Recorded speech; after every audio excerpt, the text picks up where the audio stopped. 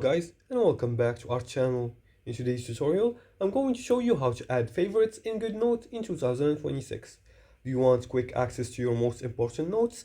Adding favorites in Goodnotes makes it easy, so let's see exactly how to do it by following these few simple steps. Now before we start, I'm gonna give you a quick guide on how to download the Goodnotes application. You can download this via the Play Store or App Store depending on which device you're using, because it's both available on Android and iOS devices.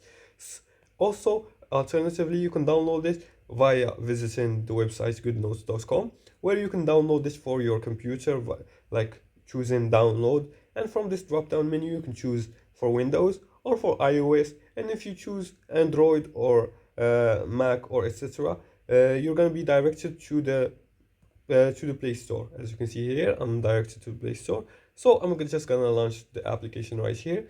Now we're gonna go back to our topic and teach you how to add favorites in Goodnotes. Now you're gonna open the Goodnotes and find the document you want to favorite. For example, I'm gonna favorite this one right here.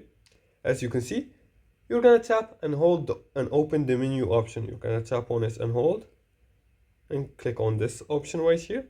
As you can see, there are a lot of options right here.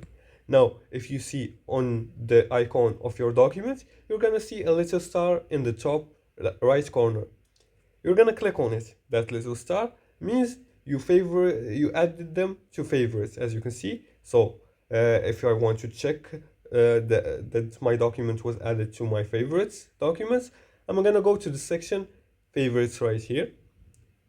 As you can see here, we're gonna refresh it, and you're gonna see your document here that you put the star on it.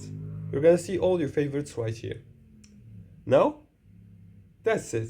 The favorites save you time by giving instant access to keynotes, so use them to stay efficient. And if you like this video and found this helpful, please like and subscribe, and leave a comment below the video if you have further more questions about this topic. Thanks for watching, and see you again in the next tutorial.